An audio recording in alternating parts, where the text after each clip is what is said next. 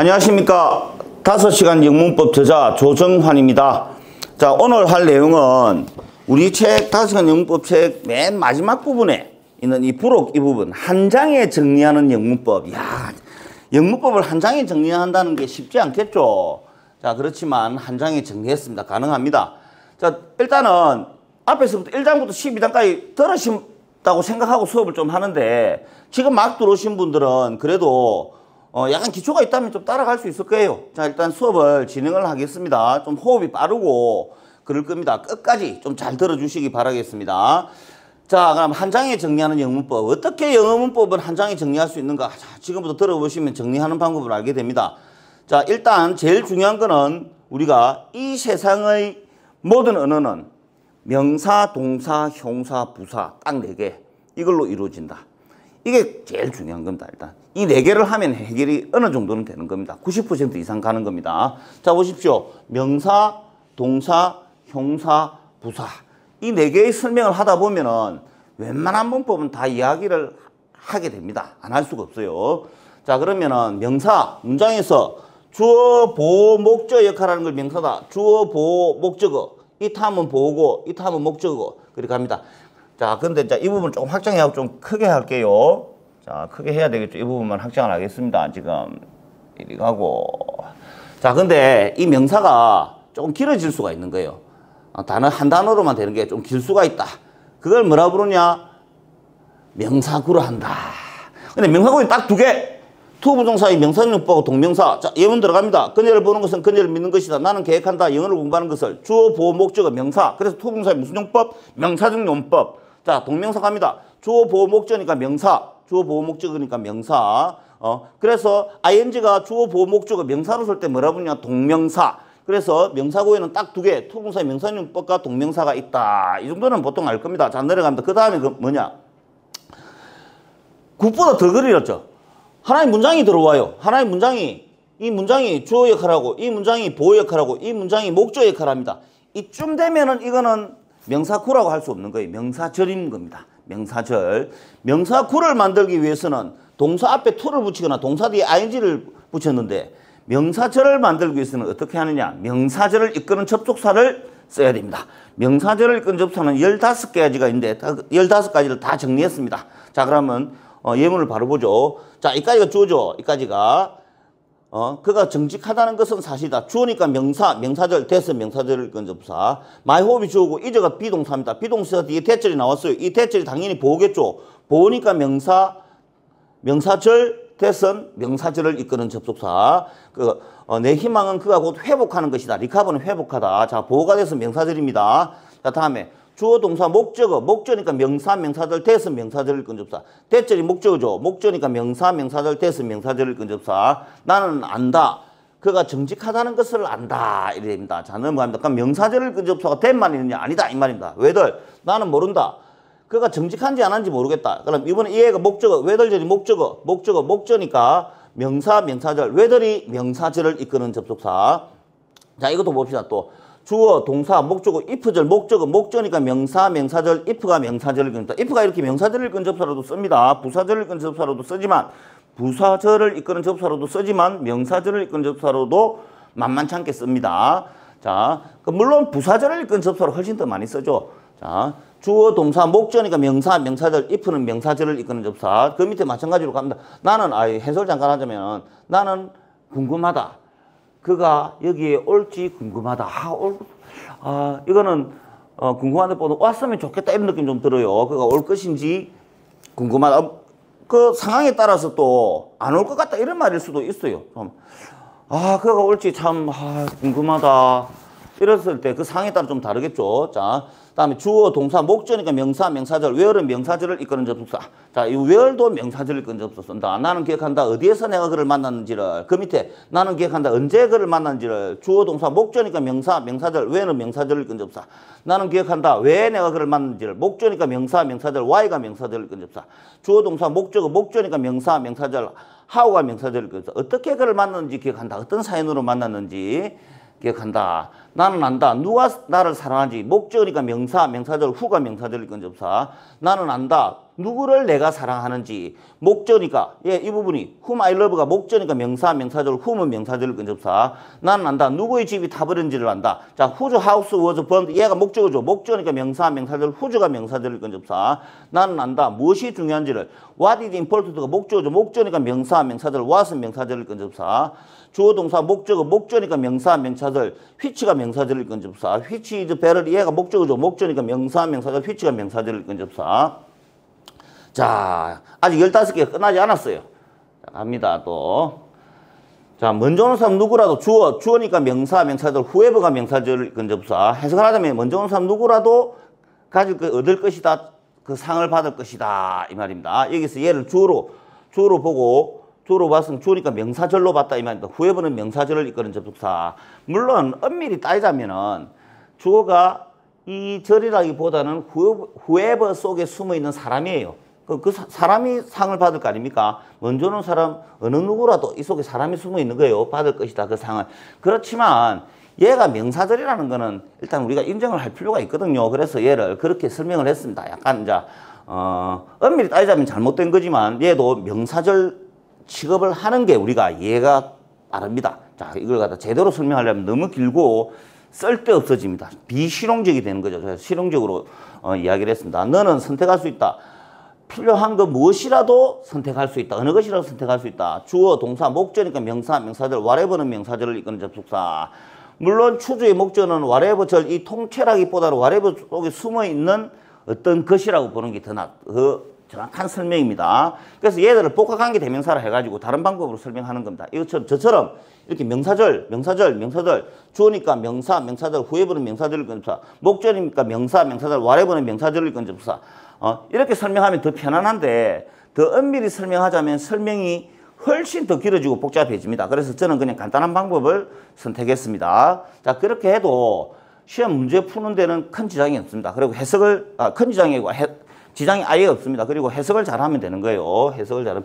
너는 선택할 수 있다. 어느 것이라도. 나은 것 어느 것이라도 선택할 수 있다. which라는 단어는 눈앞에 뭔가 있을 때 그 중 어느 것 할 때 하는 말입니다. 이거는 무엇이라도. 이거는 어느 것이라도. 자, 목적이니까 명사, 명사절.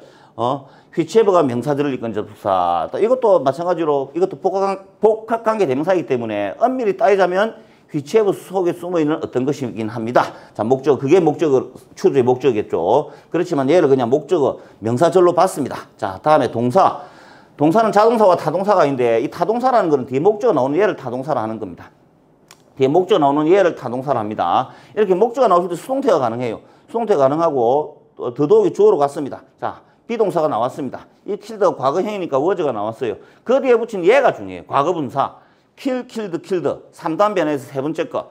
kill, killed, killed에서 과거분사. 동사가 아닙니다. 얘는. 동사 아니고. 동사는 워즈.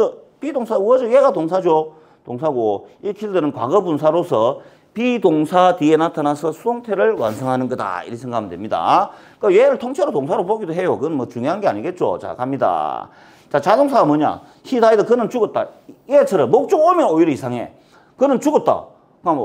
그는 죽었다. 그는 죽었다. 걔를 죽었다. 말이 안 되죠. 이렇게 자동사는 뒤에 목적어가 나오면 말이 안 되는 거예요. 얘를 자동사로 하는 겁니다. 자동사는 목적어를 취할 수 없다. 그래서 자동사는 목적어도 취할 수 없고 자동사는 수동태로도 고칠 수 없습니다. 자, 수동태 어떻게 고쳤습니까? 목적어 주어로 가고 비동사가 나오고 과거분사가 나왔죠. 근데 이 자동사 입장에서는 주어로 갈 목적어도 없습니다. 그러니까 자동사는 수동태로 고칠 수 없다. 이렇게 그냥 적당하게 이해를 해 두셔도 상관없습니다. 자, 문장어 형식. 사실 설명이 엄청나게 긴 설명이 필요로 한 부분이지만 일단은 간단하게 이야기를 한번 해볼게요. 자, 앞에 여러분들이 수업을 좀 들었고 하고 또 방금 들어오신 분들은 어느 정도 기초가 되어 있다고 생각하고 우리 문장어 형식은 다 많이 하는 거니까 빨리 넘어가겠습니다. 이 형식 주어 동사만 가지고도 말이 되는 문장을 일형식이라 해요. 그는 죽었다 말이 되죠. 그 뒤에 뭐가 나온다면 다 부사가 나옵니다. 이 부사는 100개, 1000개 있어도 1형식이 2형식 되지는 않습니다.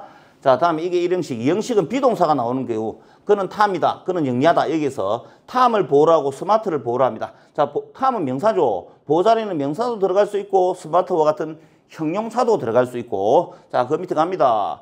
그는 죽였다. 걔를 죽였다. 주어 동사 목적 타동사가 나오고 자동사 미스프린트가 나온대요. 나 발견하지도 못. 자동사 아닙니다. 타동사고, 이 책에서 이런 미스프린트가 나오면 안 좋은데, 나온 걸 지금 제가 발견하게 됐네요. 킬은 타동사고, 목적어 나왔습니다. 얘를 삼형식이라 그럽니다. 삼형식. 자, 목적어 나온 거. 주어, 동사, 목적어의 모양이 된 걸 삼형식. 다음에 사형식은 주어, 동사, 간접 목적어, 직접 목적어. 목적어 두 개. 이럴 때 사형식. 나에게 미를 에게로 해석해야 돼요. 나에게 미를 에게로 해석해야 된다. 나에게 책을 주었다. 사형식입니다. 자, 그 다음에 오형식. 그는 나를 탐이라고 불렀다. 여기서 사형식하고 오형식하고 생긴 게 좀 비슷해요. 주어, 동사, 명사 비슷하죠. 그렇지만 얘는 사형식 동사고 개번은 사형식 동사고 콜은 오형식 동사라는 걸 우리가 알고 있어야 됩니다. 그래서 사형식 동사 뒤에 나오는 미는 나에게로 해석하고 콜은 오형식 동사니까 콜 뒤에 나오는 미는 나를이라고 해석하는 게 맞는 겁니다. 나를 탐이라고 불렀다 이 말입니다. 자, 그러면 이때 미와 탐이 동일 인물이 되는 거예요. 동일 인물이 됩니다. 그때 얘를 탐을 목적보호라 하고 오형식이라고 하는 겁니다. 오형식. 얘는 보세요. 미하고 어북하고 서로 다르죠. 그러니까 얘가 사형식이 되고 오형식이 되는 거죠. 그쵸? 이때 목적어 뒤에 나오는 얘를 목적보호라는데 목적보호 자리는 명사도 올 수 있지만 이렇게 형사도 올 수 있습니다. 형사도 올 수 있습니다. 이렇게. 그는 만들었다. 나를 행복하게 만들었다. 목적보호 자리 형사가 온 경우죠. 다음에 이제 우리 형사로 넘어갑니다. 자, 형사는 두 가지가 있다. 영리한 소년. 명사를 바로 꾸미니까 형사. 근데 이 스마트는 당장 꾸미는 형사가 없죠. 없지만 이 스마트가 알고 보면은 주어를 서술을 해요. 주어를 서술을 하니까 얘도 형사로 친다 이 말입니다. 그래서 형사는 두 가지. 바로 대놓고 꾸미는 형사, 주어를 서술하는 형사 이렇게 설명을 했죠. 그런데 사실 넓게 보면은 이 두 가지다 이렇게 말할 수도 있지만 약간 좁게 보면은 또 두 가지가 아니고 세 가지죠.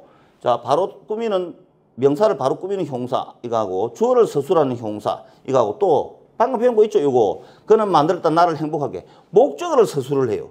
목적어를 서술해. 목적 보호자리에 오는 것도 형사. 목적 보호자리에 형사가 올 수 있다는 거. 자, 이야기를 했죠. 그렇게 치면 한 개, 두 개, 세 가지인데 얘도 이 해피도 결국 목적어를 서술하는 거고 이 스마트는 결국 주어를 서술하는 거니까 얘를 이 범주에 집어넣을 수도 있는 겁니다. 그래서 넓게 보면은 이 두 가지. 조금 좁게 보면은 한 가지, 두 가지, 세 가지, 얘까지 이야기를 해야 되겠죠. 그래서 이렇게 잘 연결이 됐네요. 이렇게 한 가지, 두 가지, 세 가지 이렇게 볼 수도 있습니다.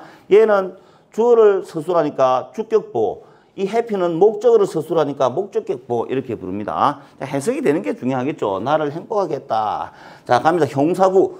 형사구에는 근데 형사가 이렇게 단어 하나로만 나타나는 게 아니고 좀 길게 나타날 수가 있다. 길게 나타날 수가 있는데 좀 길 때 형사구를 합니다. 이 형사구가 딱 4개라는 거. 이거 중요합니다. 형사구가 그냥 아무 때나 형사구라는 개념을 넣는 게 아니고 이 딱 4개에 관해서 형사구라는 개념을 넣어가지고 여러분이 이해를 하는 게 맞다는 겁니다. 형사구에는 투부정사의 형사준용법, 전치사 더하기 명사, 현재분사, 과거분사 얘가 형사로 쓰는 거예요. 형사를 어떻게 쓰는지 보겠습니다. 근데 얘가 형사로 쓰는 게 참 간단하게 알 수 있어요. 얘들 앞에는 무조건 명사가 있는 거예요. 투분사 앞에 명사 있죠. 전사다의 명사 앞에 명사가 나오죠. 현재분사 앞에 명사가 나오죠. 과거분사 앞에 명사가 나오죠. 얘를 꾸미는 거예요. 그러니까 명사 뒤에 나타났으니까 얘는 명사를 꾸미는 게 맞는 겁니다. 자, 나는 가진다. 의무를 가진다. 그 소녀를 도울 의무를 가진다. 명사 꾸미니까 형사. 투부정사의 무슨 용법? 형사준용법. 자, 여기서 나는 보았다 소녀를, 망원경을 가진 소녀를 보았다. 명사 꾸미니까 전사당의 명사가 형용사 구로 썼다는 겁니다. 그 다음에 더 남자는 남자인데 무슨 남자? 개를 죽이는 남자는 이다 탐이다. 여기서 킬링 어독이 누굴 꾸며? 더맨 꾸미죠. 더맨 꾸미니까 얘가 형용사. 이 말인데 형용사. 현재분사 형용사다 이 말입니다. 자, 아까 배웠던 ing가 명사로 쓰면 뭡니까? 동명사죠. ing가 형사로 쓰면은 현재분사가 되는 겁니다. 현재분사가 됩니다. 그 다음에 이거 자. 마당에서 죽임 당한 개는 내 개다. 여기서 이 킬드 이거 얘가 또 세 번째 겁니다. 과거분사 킬드 세 번째 거 동사 3단 변형의 세 번째 거 킬드 그 세 번째 거를 두고 하는 말입니다.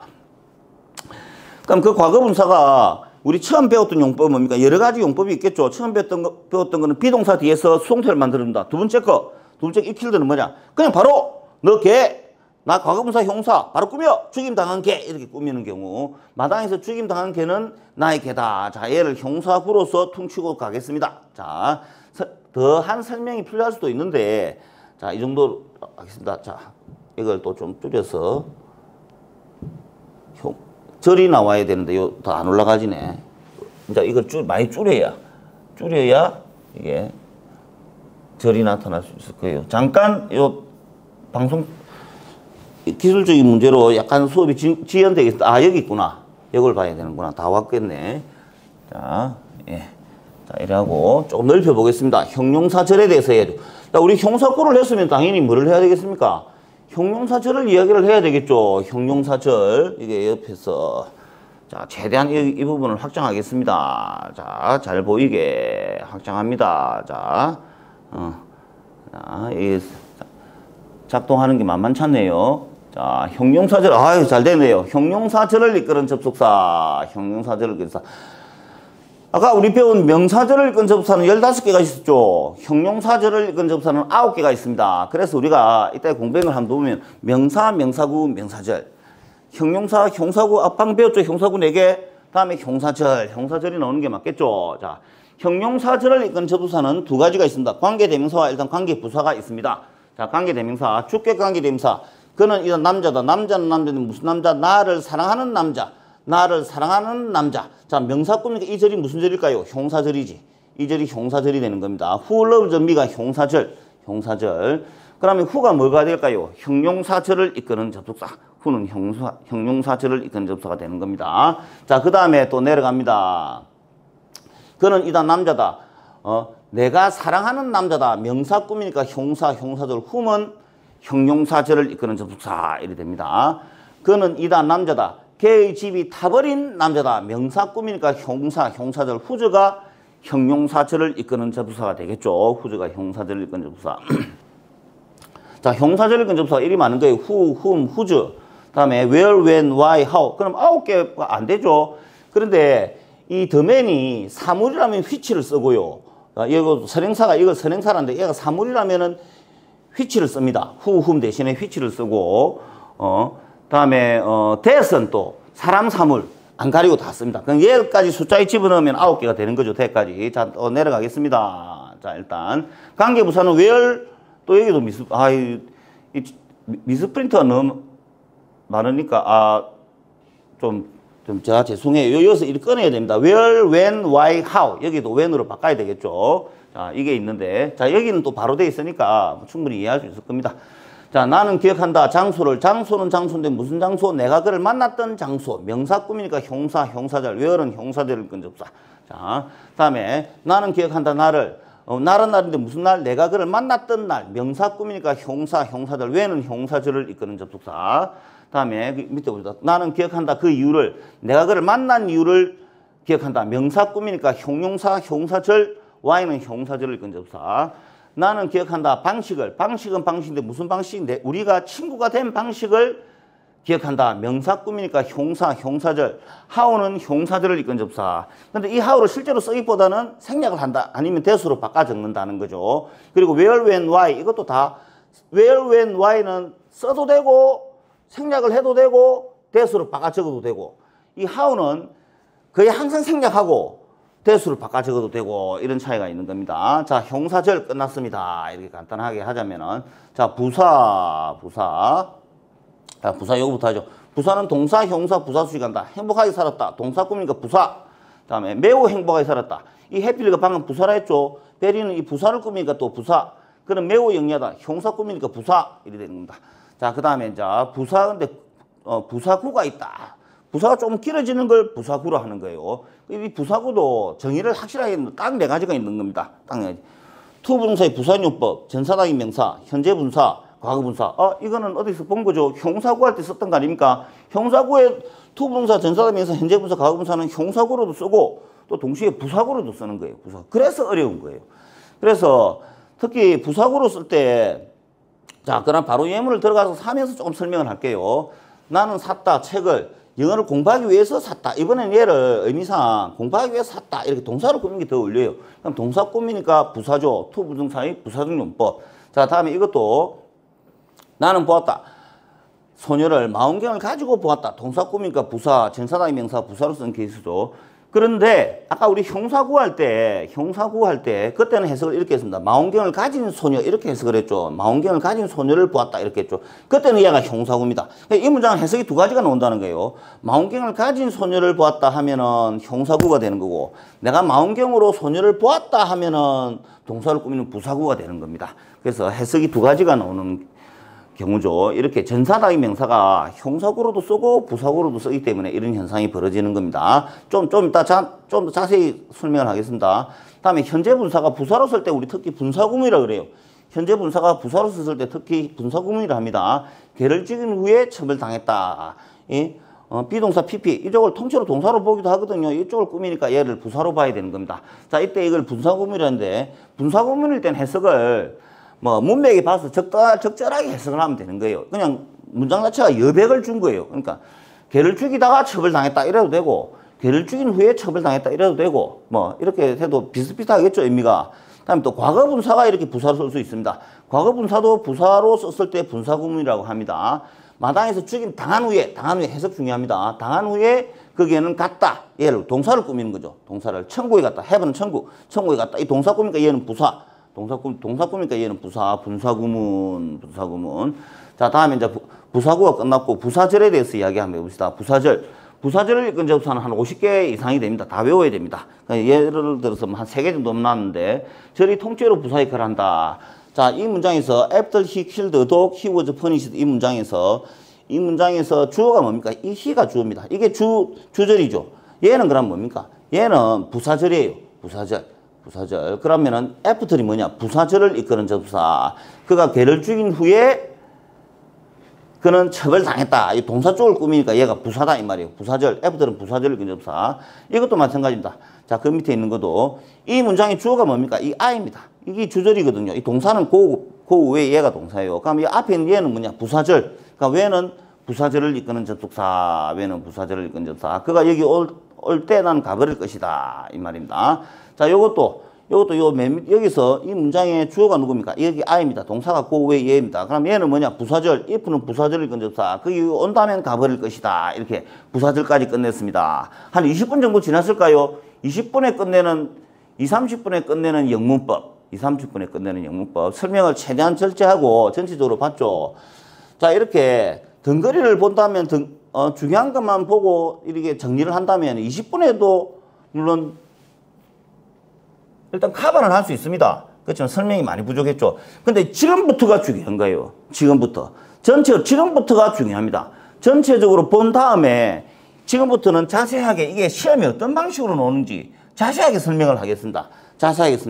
자, 방금 이렇게 진도를 빨리 나간 거는 내가 뭘 보여주기 위해서 그랬냐면은 이 세상의 모든 언어는 명사, 동사, 형사, 부사로 이루어진다. 이 말을 하고 싶은 겁니다. 명사는 명사구, 명사절로 확장이 되고요. 동사는 1형식 동사, 2형식 동사, 3형식 동사, 4형식 동사, 5형식 동사 해가지고 5가지로 확장이 되는 겁니다. 형용사는 그냥 형용사에서 좀 길어지는 형사구 4개, 형사구에는 4개가 있어요. 형용사, 형사구로 확장이 되고, 다음에 또 형사절 9가지로 확장이 되는 거예요. 부사는 부사구 4개죠. 그다음에 부사절은 50가지가 넘는 거죠. 이렇게 확장이 됩니다. 그러고 또 문법이 또 끝났어요. 방금은 2분 만에 끝내는 영문법. 이렇게 틀을 잡아야 되는 겁니다. 왜 이렇게 틀을 잡지 않는지 모르겠어요. 문법은 집을 짓는 것 같아요. 일단 틀을 잡고 살을 붙여야 되겠죠. 방금 틀을 잡은 겁니다. 자, 이번에 여러분들이 잠깐 알아야 될 게 2025년부터는 공무원 시험이 토익 시험 파트 5와 공무원 시험의 문법 문제 한 3문제 정도가 토익의 문법 문제와 유사하게 내겠다고 인사혁신처에서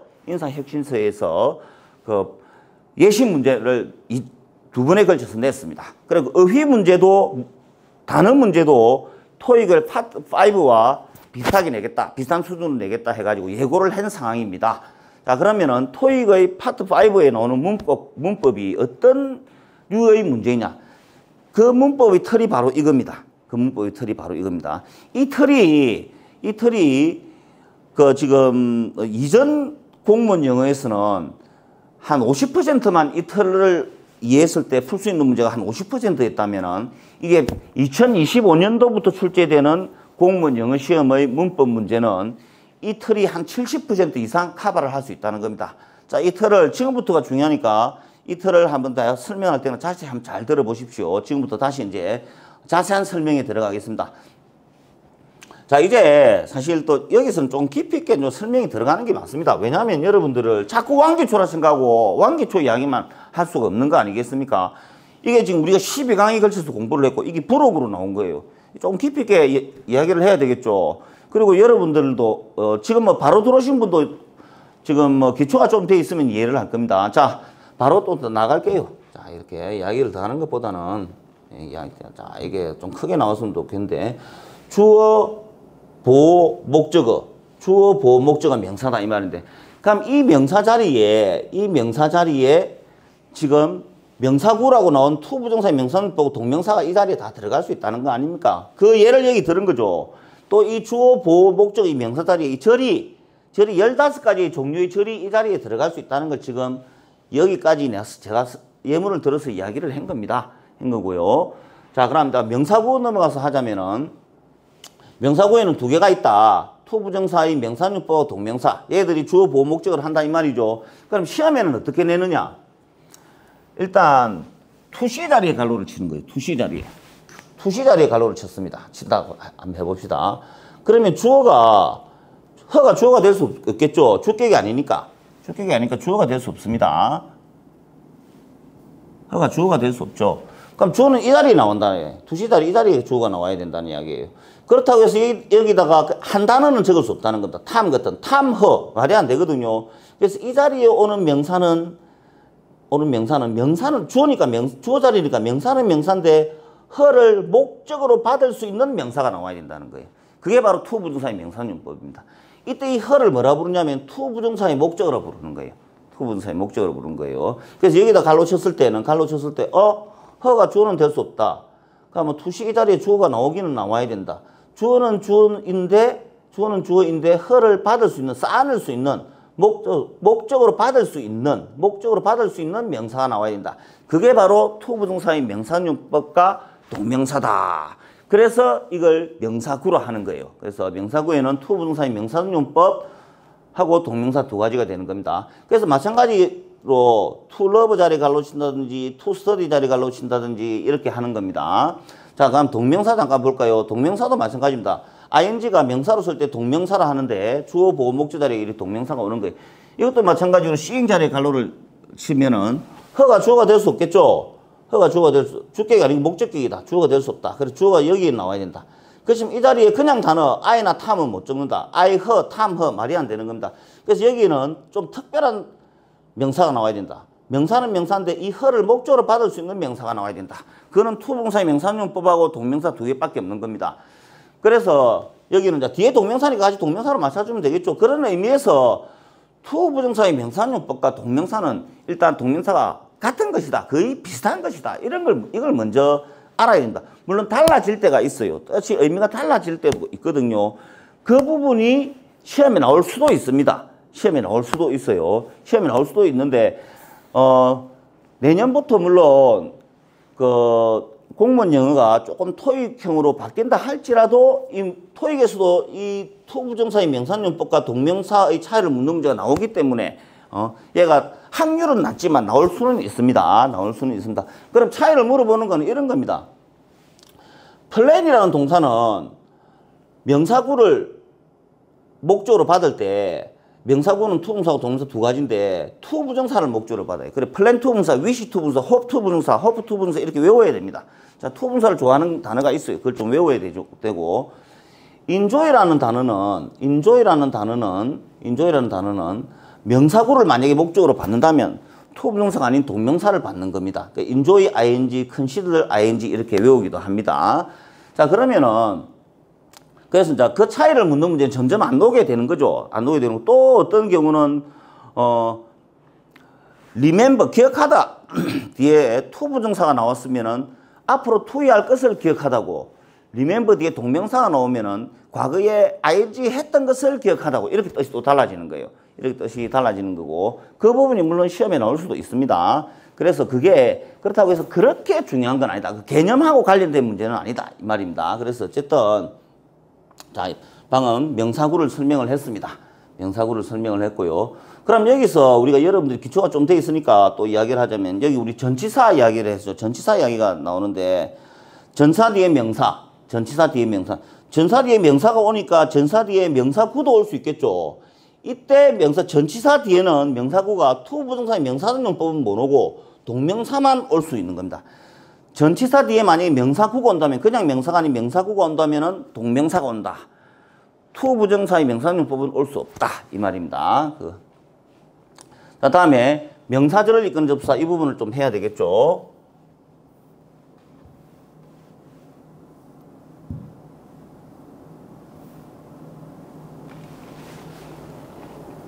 이 정도 확장해서 여러분 보이겠는지. 자, 방금 아까 했던 건데, 주어, 보어, 목적이니까 명사, 명사절, 대신 명사절을 이끈 접속사. 자, 이 대신 명사절을 이끈 접속사라는 건데, 명사절을 이끈 접속사가, 특히 대시 제일 흔한 겁니다. 대시 제일 흔한데, 주어, 보어, 목적이니까 명사, 명사절, 대신 명사절을 이끈 접속사. 이런데, 이 대시, 목적절, 이 목적절을 이끌 때 한해서 생략이 가능해요. 자, 이 대에서 생략하니까, 생략해도 뭐 해석하는 큰 지장이 없거든요. 그래서 생략을 합니다. 그 외에 대시 주어를 만들어주거나 보어를 만들어줄 때는 생략을 안 한다. 이 말입니다. 드물게 보어를 만들 때 생략할 때도 있습니다. 그렇지만 원칙상 이렇게 목적절을 이끌 때 생략한다고 우리가 이야기를 하죠. 다음에 나는 모르겠다. whether 뭐뭐인지 아닌지를 그가 정직한지 아닌지를 안다 했을 때 이 whether이 명사절을 70% 이상 명사절을 이끕니다. 그렇지만 얘가 부사절을 이끌 때도 있어요. 부사절을 이끌 때도 있어요. 30% 정도 되죠. 토익 시험에서는 주로 명사절을 이끄는 접속사로 시험에 나옵니다. 근데 공무원 시험에서는 양쪽이 다 나올 확률이 있고 물론 토익 시험에서도 부사절을 이끈 접사로 whether이 쓸 때가 있긴 있겠죠. 그렇지만 주로 명사절을 이끈 접사로 시험에 나옵니다. 다음에 여기서 나는 궁금하다. 그가 올지를 궁금하다. 목적이니까 명사, 명사절, if가 명사절을 이끈 접사인데 if는 반대로 if도 부사절도 이끌어요. 얘가 부사절을 이끄는 접사로 쓸 때가 70%고 이 명사절을 이끄는 접사로 쓸 때가 한 30%라고 생각하면 됩니다. 자, 부사절을 이끄는 접사에서 더 역할이 더 큰 거죠. 그렇지만 어쨌든 명사절을 이끄는 접사 30%도 작은 확률 아니니까 명사절을 이끄는 접사로 충분히 쓴다는 걸 여기서 볼 수 있습니다. 30%. 자, 그 다음에 나는 기억한다. 어디에서 만났는지를. 목적이니까 명사, 명사절, where는 명사절을 이끄는 접사. 자, 그런데 이 where를 이제 뭐 의문 부사, 이 애한테 의문 부사란 이름을 주는데 의문 부사 또는 접속 부사, 저는 또 접속 부사로도 불러요. 근데 이제 원래 통칭 뭐 일반적으로 알려진 이름은 의문 부사죠. 자, 의문 부사인데 왜 여기서 의문 부사란 말이 왜 들어갔냐면은 부사란 단어가 왜 들어갔냐면 한번 봅시다. 나는 기억한다. 어디에서 만났는지를 where이 자 목적이니까 명사, 명사절, where는 명사절을 이끈 접사. 즉 where는 명사절을 이끈 접사의 동시에 어디에서 만났는지 동사를 꾸민 부사 역할도 했어요. 그러니까 where한테는 명사절을 이끈 접사란 이름만 필요한 게 아니고 무슨 부사라는 이름이 필요했던 거예요. 그래서 얘를 의문 부사라 불러요. 의문 부사. 뒤에 물론 완전한 문장이 나옵니다. 계속해서 완전한 문장이 나오고 있죠. 완전한 문장이 나옵니다. 뒤에 불완전한 문장이 나오는 거는 여러분 이걸 외우면 돼요. who, whom, what, which. 이거 4개를 보면 된다. whom하고 who는 비슷한 거라고 봤을 때 who, which, what 이렇게 3개를 외우면 됩니다. 아니면 4개 who, whom, what, which 이렇게 4개를 얘에 대해는 불완전한 문장이 나와요. 그 외에는 완전한 문장이 나온다는 겁니다. 자, 그 다음에 또 나는 기억한다. 언제를 만들 이것도 목적이니까 명사, 명사절, 왜는 명사절을 이끄는 접사. 왜한테는 명사절을 이끄는 접사라는 이름만으로는 부족합니다. 왜는 명사절을 이끄는 접사의 동시에 나는 기억한다. 언제 만난지를 동사로 꾸미니까 부사 역할을 해요. 부사 역할을 합니다. 그래서 얘한테는 무슨 부사란 이름도 하나 필요한 겁니다. 그래서 의문부사, 접속부사라 부릅니다. 자, 다음 나는 기억한다. 왜 만났는지를 목적 꾸미니까 다시 말이 건너왔습니다. 주어 동사 목적이니까 명사, 명사들 Y는 명사절을 이끈 접사. 근데 Y한테도 명사절을 이끈 접사란 이름만으로는 부족합니다. 왜? Y는 명사절을 이끈 접사인 거 동시에 자, 나는 기억한다. 왜 만났는지를 동사를 꾸밉니다. 동사 꾸미니까 얘가 부사가 되는 거예요. 그래서 의문부사란 말을 하죠. 다음에 저는 접속부사란 이름을 선호해요. 왜냐하면 제가 왜 유독 의문부사란 이름을 싫어하냐면은 얘를 만약에 의문부사라 부르면 얘가 접속사의 기능을 한다는 말이 안 들어가지 않습니까? 얘는 명사절을 끈 접사인 동시에 매수꾼 부사 역할을 하는 겁니다. 그럼 이름에 부사 역할도 하고 접속 역할도 하니까 접속이란 단어도 들어가고 부사란 이름도 들어가야 되는 거 아닙니까? 그래서 난 접속부사란 이름을 더 좋아하는 거예요. 의문부사라 해버리면은 얘가 접속사 역할을 한다는 게 이름 속에 안 들어가지 않습니까? 그래서 그 이름을 제가 불편하게 생각을 하는 겁니다. 어쨌든 보통 의문부사로 부릅니다. 왜 만난지를 기억한다. 그러니까 이 Y가 매 동사를 꾸미는 부사 역할을 하는 거예요. 그래서 명사절을 끈 접사인 동시에 매수 꾸미는 부사 역할을 한다. 자, 의문부사. 나는 기억한다. 어떻게 그를 만난지를 기억한다. 자, 목적이니까 명사, 명사절, 하우는 명사절을 끈 접사. 이 하우한테도 역시 명사절을 끈 접사라는 이름만으로 부족합니다. 왜? 하우는 명사절을 끈과 동시에 나는 기억한다. 어떻게 만난지 동사를 꾸며요. 동사 꾸미니까 부사. 동사 꾸미니까 부사. 그래서 의문부사. 자, 다음에 그 밑에 나는 안다. 누가 나를 사랑하는지. 목적이니까 명사, 명사절, 후는 명사절을 이끈 접사. 자, 후가 명사절을 이끈 접사로 쓰인 건 확실한데 이 후한테는 명사절을 이끄는 접사라는 이름만으로 부족합니다. 명사절을 이끄는 접사라는 이름만으로 부족합니다. 왜? 후는 명사절을 이끈 접사인 동시에 나는 안다. 누가 사랑하는지 나를. 후가 러브의 주어 역할을 해요. 주어니까 품사가 뭐겠습니까? 명사죠. 근데 후한테는 무슨 명사라는 이름이 하나 있어야 되는 거예요. 그래서 의문 대명사, 저는 접속 대명사 이렇게 부르는 겁니다. 자, 그런데 왜 이 말을 왜 하냐면은 그래서 후 뒤에는 지금 불완전한 문장이 나오는 겁니다. 얘를 경계로 해갖고 위에 거하고 밑에 거 다른 점이 있어요. 후 뒤에 지금 불완전한 문장이 나오는 거예요. 왜 후 뒤에 불완전한 문장이 나오냐고. 후가 명사절을 읽은 접사의 동시에 또 자기 자신이 명사 역할을 해. 나는 안다. 누가 사랑한지 나를. 후가 러브의 주어 역할을 했죠. 주어니까 품사가 명사겠죠. 그래서 이 후한테는 명사절을 읽은 접사란 이름 외에 무슨 명사란 이름이 하나 있어야 되겠죠. 그래서 접속 대명사라 부르는 거예요. 그래서 얘에 대해는 불완전한 문장이 나오는 거예요. 그렇다면 이런 거 접속 부사 뒤에는 왜 완전한 문장이 나오느냐. 얘가 부사니까 뒤에 부사가 하나 빠져도 문장은 완전하거든요. 부사는 문장에서 없어도 상관없는 거거든요. 그래서 뒤에 완전한 문장이 나오는 겁니다. 그럼 시험에서 예를 들어서 이 that 자리 that, whether, if, where, when, why, how 하고 자, 이 경계로 위에 거하고 밑에 거하고 분명히 차이가 있다는 겁니다. 만약에 괄호 뒤에 불완전한 문장이 나왔다면 여기 밑에서 who, whom, what, which 여기서 답을 찾아야 되는 거예요.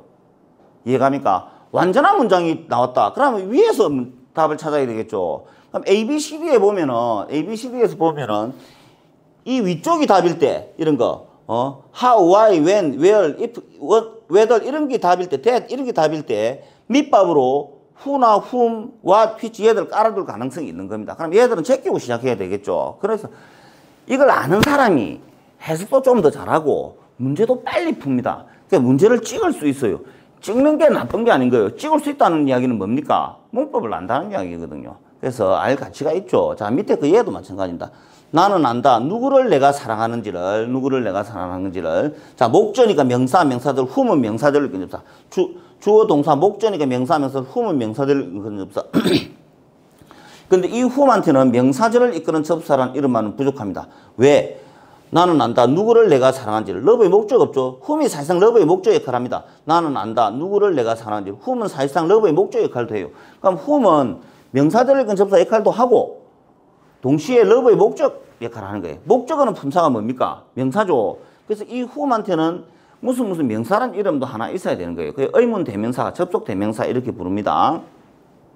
그럼 이 whom 자리에 가로 쳤을 때도 뒤에 불완전 목적 없다는 걸 주목을 해야 되겠죠. 그래서 뒤에 불완전한 문장이 나왔죠. 그래서 우리가 답을 찾을 때 위쪽 여기서 찾지 말고 밑에 쪽 여기에서 찾자 이 말입니다. who, which, what 이런 거에서 찾자. who, whom, which, what 이런 거에서 답을 찾자는 겁니다. 그걸 아는 사람이 문제를 빨리 푸는데 유리하겠죠, 분명히. 그래서 우리가 알 가치가 있는 겁니다. 다음에 그 밑에 거 나는 안다. 누구의 집이 타버렸는지를. 이거는 주어 동사, 목적이니까 명사, 명사절, 후주는 명사절을 이끈 접사. 근데 이 후주를 내 생각에는 조금 위에 이쯤 갖다 놓을 걸 그랬다고 후회가 좀 돼요. 여기는 또 완전한 문장이 나옵니다. 자, 주어, 동사, 목적이니까 명사, 명사절, 후주는 명사절을 이끄는 접사, 후주는 명사절을 이끄는 접사. 근데 이 후주한테는 명사절을 이끄는 접사라는 이름만으로는 또 부족합니다. 왜냐하면 후주는 이 문장에서 나는 안다, 누구의 집이 타버렸는지를, 누구의 집, 명사를 꾸미는 형사 역할을 했죠. 형사 역할을 했어요. 형사 역할을 했어요. 그래서 얘한테는 의문 형용사 이런 이름을 줘도 되겠죠. 의문 형사 역할을 분명히 했잖아요. 누구의 집. 자, 명사를 꾸며 명사는 하우스가 명사예요. 얘를 갖다가 의문 대명사를 할 수 없는 거예요. 왜? 하우스가 명사니까. 뭐 의문 대명사의 소유격 이리 말해도 되긴 되겠죠. 물론. 어쨌든 후주 뒤에는 완전한 문장이 나온다. 왜? 후주가 명사가 아니니까. 자, 후나 훔 뒤에 왜 불완전한 문장 나왔어요? 후나 훔이 명사니까. 그럼 후주 뒤에는 왜 완전한 문장이 나옵니까? 후주가 명사가 아니니까. 후주가 명사가 아니니까. 더군다나 후주 뒤에는 관사 없는 명사랍니다. 하우스 앞에 지금 관사가 없죠. 하우스 앞에 관사가 없죠. 왜 관사 없는 명사가 나오냐면 하우스가 세수인데도 관사가 없어요. 이 후주가 관사 역할까지 하는 거예요. 누구의 집이 타버렸는지를. 원래 소유격은 후주가 소유격이죠. 소유격은 관사 역할을 원래 또 대신합니다. 자, 그래서 이 후주 자리에 갈로 치면은 굉장히 어려운 문제겠죠. 공무원 시험에 나올 확률이 더 높아요. 뭐 토익 시험에도 나올 수 있겠지만 이 후주 자리 갈로 치면은 어려운 문제가 되는 겁니다. 그렇지만 알 수 있습니다. 하우스 앞에 관사가 없다는 걸 보고 후주일 가능성이 꽤 있다. 후주일 가능성이 꽤 있다는 걸 알 수 있습니다. 자, 그래서 공부할 가치가 있겠죠. 자, 그 다음에 나는 안다. 무엇이 중요한지 안다. 목전이가 명사, 명사절, 와서 명사절을 이끄는 접속사. 이 와한테는 명사절을 이끄는 접사라는 이름만으로 부족합니다. 왜?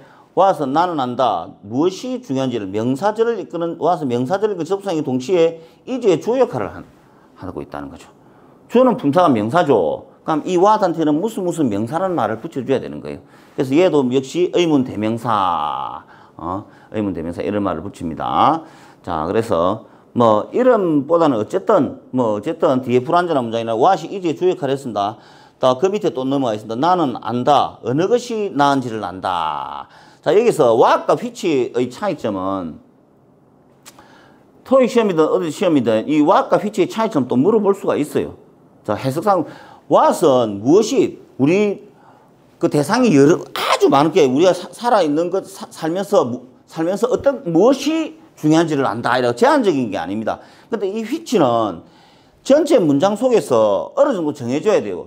예를 들어서 과일이라는 말을 언급한 다음에 어느 것이 나은지를 안다. 그 과일 중에 사과, 포도, 바나나 중에서 어느 것이 나은지를 안다. 아니면은 사과, 포도, 바나나 이렇게 몇 개 언급을 하고 그중 우리가 말하는 그중 어느 것 할 때 쓰는 말이 which예요. 이게 what하고 which하고 좀 다르죠. 어쨌든 which 뒤에도 불완전한 문장이 나옵니다. 자, 주어, 동사, 목적이니까 명사, 명사절, which는 명사절을 이끄는 접사. 이 which한테는 명사절을 이끄는 접사라는 말로 이름만으로는 부족합니다. 왜?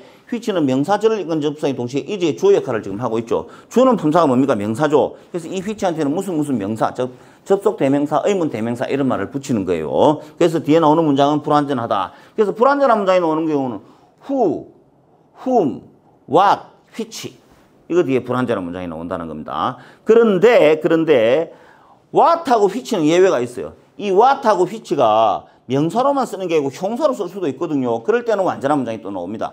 예외가 있을 수 있습니다. 그 예외 부분이 시험에도 나올 수 있어요. 그 예외 부분을 또 따로 우리 책에서 따로 정리해 뒀습니다. 자, 우리 책을 잠깐 뒤로 넘겨도 되지만 우리 책을 잠깐 보여주자면은 제9장에서 이 부분에서 예외가 되는 what하고 which가 예외가 되는 부분에 대해서 제9장에서 설명을 충분히 해놓았거든요.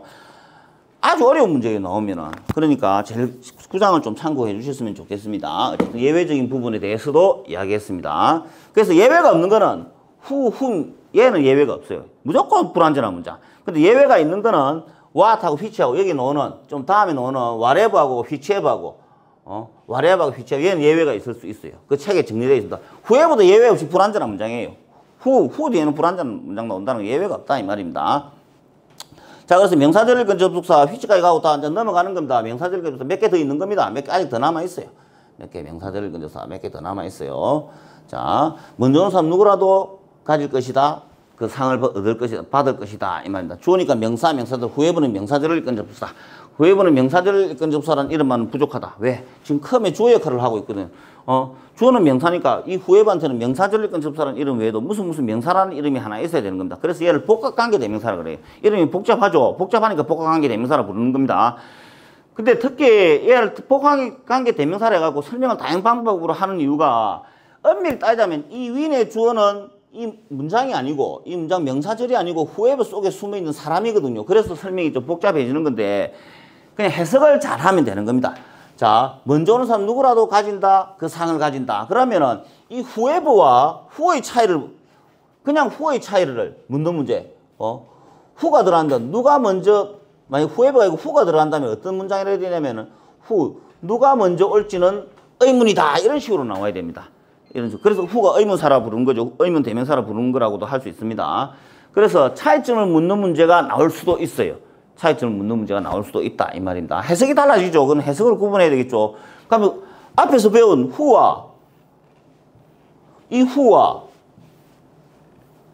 이 후에버의 공통점은 뭡니까? 둘 다 무조건 불완전한 문장이 나와야 돼.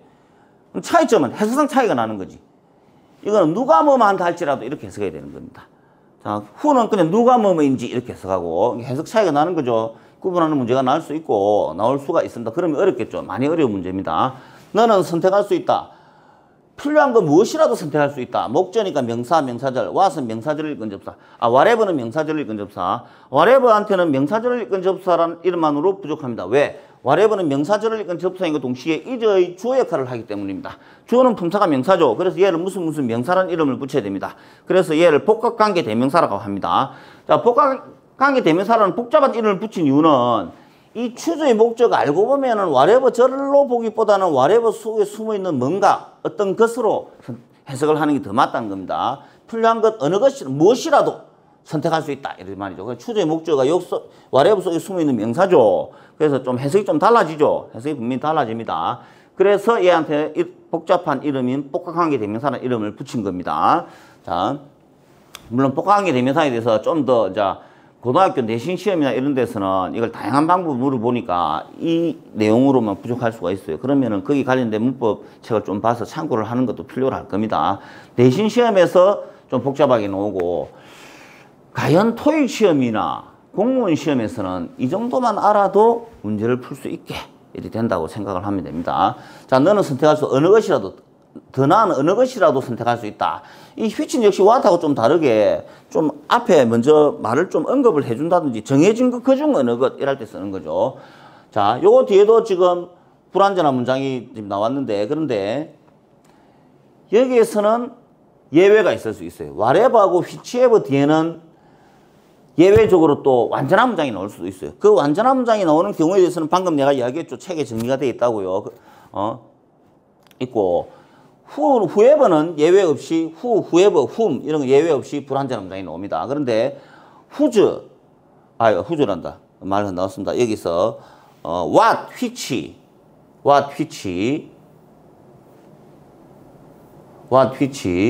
whatever, whichever 뒤에는 대부분 불완전한 문장이 나오지만 what, which, whatever, whichever가 형용사적으로 썼을 때는 당연히 명사하고 형사니까 그때는 뒤에 완전한 문장이 나온다는 걸 이 책의 9장에 잘 정리를 해놨습니다. 자, 5시간 연구의 9장에 정리를 했고 이 부분은 문제로 나오면 고난도 문제입니다. 함정에 함정이 있는 거예요. 함정이 있는 거예요. 그래서 이 부분은 확실하게 정리를 할 필요가 있거든요. 그래서 우리가 여기서 9장에 한 번 더 드리겠습니다. 여기 명사절을 이끈 접수 예외가 있다 해가지고 그런데 예외적인 경우가 있다 해가지고 예문을 들어서 설명을 해놨으니까 그 부분 꼭 보시기 바랍니다. 다음에 동사, 타동사, 다음에 수동태, 능동태, 수동태, 3단 변화. 자, 이때 수동태 만들 때 비동사 뒤에 3단 변화, 킬드, 과거 분사다 이야기했고 좀 이제 자주 설명했으니까 이 정도에서 자동사는 목적도 없고 수동태로도 쓸 수 없다. 일형식, 주어 동사, 주어 뒤에 자동사 일형식, 비동사 뒤에 보호가 나온 케이스, 비동사가 나온 케이스 이걸 이형식, 타동사 뒤에 목적어 3형식 이야기를 했죠. 근데 다음에 간접 목적어, 직접 목적어 이때 4형식, 다음에 목적어, 목적보 이때 오형식, 목적보 자리에 또 형사도 올 수 있겠죠. 이걸 했는데 여기서 우리가 알아야 될 게 지금 여기서 이 목적어 이 자리에 더더욱 명사가 하나 나왔지만 이 자리에 또 뭐가 올 수 있겠습니까? 목적어 자리에 투부정사의 명사순용법하고 동명사가 올 수 있겠죠. 목적어 자리에 투부정사의 명사순용법 동명사는 아까 방금 이야기를 했죠. 다음에 이 목적어 자리에 당연히 명사절 우리 15개가 또 올 수 있겠죠. 15개가 올 수 있는 겁니다. 명사절 15개가 목적어, 당연히 목적어는 명사 자리니까 이게 절의 형태로 충분히 나타날 때, 구의 형태나 절의 형태로 충분히 나타날 수 있다는 겁니다. 그 다음에 또 마찬가지로 나에게 사형식, 그는 주었다, 나에게 책을 주었다. 간접 목적어, 직접 목적어인데 여기에서 이 직접 목적어 이 자리에 명사절이 나타나는 경우가 여기서는 직접 목적어 이 자리에 구가 나타나는 경우는 없어요. 그냥 명사가 나타나거나 아니면은 명사절이 나타나는 거예요. 명사절이 나타나는 경우예요. 그 경우가 있을 수 있겠죠. 그럼 명사절이라면 15개인데 주로 대절이 나타나요. 주로 대절이 나타납니다. 그래서 요 주었다, 그는 말했다, 나에게 대디아를 말했다. 이런 식으로. 그는 말했다, 나에게 대디아를 말했다. 이런 식으로 충분히 많이 쓰이는 거죠. 근데 꼭 대만 나오는 게 아니고 뭐 다른 명사절인 것이 없어도 충분히 나올 수 있어요. 그렇지만 일반적으로 대절이 나오고 그게 시험이 나오죠. 자, 그 다음에 또 오형식 여기에서도 이 오형식이 주어 동사 목적어 목적보 목적어 목적보는 동일 인물이죠. 그 다음에 주어 동사 목적어 목적보인데 목적보 자리에 이렇게 형사가 나타났을 때 목적보 자리에 명사가 나타나고 형사가 나타났는데 이 형사가 나타났을 때 이 자리에 형용사구가 나타날 수 있는 거예요. 지금 형사구를 바로 밑에 아까 공부를 했죠. 이 형사구에는 뭐가 있습니까? 투부정사의 형사순용법, 전사당의 명사, 현재 분사, 과거 분사가 있습니다. 이 형사구가 이 자리에나 해피 자리에 나타났을 때 과연 여러분들이 그걸 감당할 수 있겠는가? 이걸 우리가 생각을 한번 해봐야 되겠죠. 형사처럼 나타나지 않아요. 이 자리에. 형사구가 나타날 수 있습니다. 형사구가 나타났을 때 여러분들이 그걸 감당할 수 있겠는가? 그런 생각이 듭니다. 그래서 그 부분은 우리 책의 5시간 영법 책의 제6장에 자세하게 다루었어요. 제일 중점을 두고 다루었으니까 그 부분을 꼭 읽어봐야 된다는 겁니다. 이 부분에서 가장 복잡해지는 거예요. 영어가 가장 복잡한 형태로 나타나는 게 오히려 절이나 이런 것보다는 절은 그 접속사가 있기 때문에 구분이 되거든요. 근데 문제가 제일 어려워지는 경우가 문장 오형식도 어려운데 주어 동사 목적어 목적보 이 자리에 해피 자리에 형용사 구 이 4개 투부정사의 형사순용법 전사다면서 현재분사 과거분사가 이 자리에 나타났을 때 얘들이 이 목적어를 보충해주고 즉 목적 보호 역할을 한다는 이야기거든요. 투부정사 전사다의 명사 현재분사 과거분사가 목적 보호 역할을 한다는 의미에서 이런 경우하고 우리가 일반적으로 제가 아까 형사구를 설명할 때 이 부분하고 바로 꾸미는 경우하고 해석이 달라지지 않습니까? 그런 부분에서 조금 어려운 거죠. 조금 자연스럽게 익혀지지 않는 부분이 있는 거죠. 이 부분은 뭐 공부를 하는 편이 유리한 겁니다. 근데 이런 부분이 너무 어렵다. 나는 이 부분에서 딱 막힌다. 그러면 또 그냥 보내주세요. 알겠죠? 그냥 보내주세요. 보내주시는 것도 그냥 이해를 안 해도 됩니다. 그냥 외워도 상관없는데 자, 설명을 하자면은 이 형사 자리에 목적보 형사 자리에 형사구 4개의 이해가 들어가는 형태가 어렵고 어려운 문제로서 잘 출제될 수 있다. 실제로 토익 시험에는 아주 많이 나오고 공무원 시험에도 나오고 또 앞으로 더 나올 거라고 기대되고 수능 시험에도 얼마든지 나올 수 있고 우리 저 같은 학력고사 세대에서는 그때 이 문제가 좀 많이 나왔어요. 그렇습니다. 자, 다음에 형사구에는 4개가 있다. 투부정사 형사용법 전사대명사 현재분사 과거분사 이걸 아까 설명을 했죠. 자, 이렇게 자 나는 가진다 의무를 가진다. 그 손을 돌 의무를 가진다. 명사 꾸미니까 형사 투부정사의 형사준용법 투부정사의 형사준용법. 그러면은 여기서 또 설명이 좀 들어갈게요. 투부정사의 형사준용법. 이 투부정사의 형사준용법이 이 모양이나 잠깐만요. 자, 이 설명이 조금 또 틀려한 게 그 소년을 도울 의무를 가진다. 명사 꾸미니까 형용사, 투부정사의 형사준용법 이렇게 했고 도울 도울, 우리나라 말로 이래 됐죠. 근데 부사적용법에서 이것도 주어, 동사, 명사, 투부정사 모양이 같아요. 얘도 명사 뒤에 투부정사, 얘도 명사 뒤에 투부정사. 이번에는 영어를 공부하기 위해서 샀다. 동사를 꾸미는 부사죠.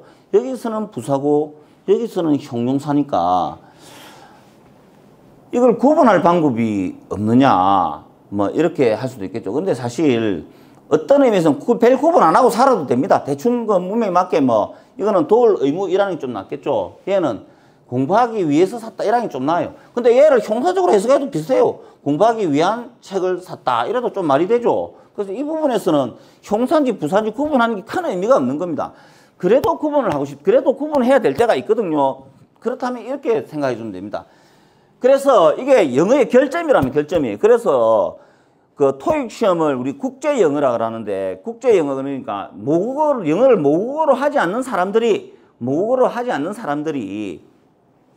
서로 소통을 할 때는 되도록이면 여기다가 이 투부정사를, 이 부사적 용법일 때는 이 투부정사를 문장 앞에 좀 보내주는 거예요. 부사라는 걸 강조하기 위해서 To study English, I bought a book 이렇게 해주면은 얘가 부사라는 게 확실하겠죠.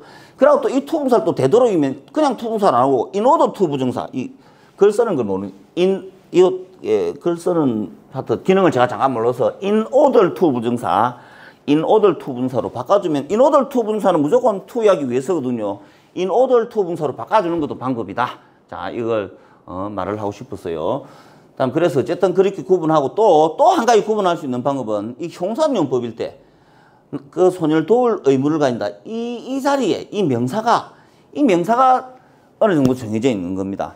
투부정사의 형사용법일 때 그 앞에 나오는 투부정사의 수식을 받는 이 명사는 어느 정도 정해져 있다. 이 자리에 뭐가 주로 나오냐면은 일단은 때, 장소, 이유, 방식. 우리 관계부사의 선행사 때, 장소, 방식, 때, 장소, 이유, 방식. 그 명사가 잘 들어갑니다, 일단. 그 다음 미래지향적인 명사, 기회에 해당되는 opportunity, 기회, chance, 이렇게. 기회, 계획, 이런 미래지향적인 명사가 이 자리에 들어가는 경우가 많아요. 그리고 또 이 자리에는 약간 추상적인 느낌이 나는 단어. 그러니까 추상명사는 말은 아니에요. 의무, 여기서는 의무, 권리, 이런 단어. 이런 단어가 이 명사 앞에 잘 들어갑니다. 이 명사가, 투부정사의 형사적 용법의 수식을 받는 명사 자리에 잘 들어갑니다. 그래서 토익 시험에서는 이 자리에 갈로 치는 경우가 아주 많습니다.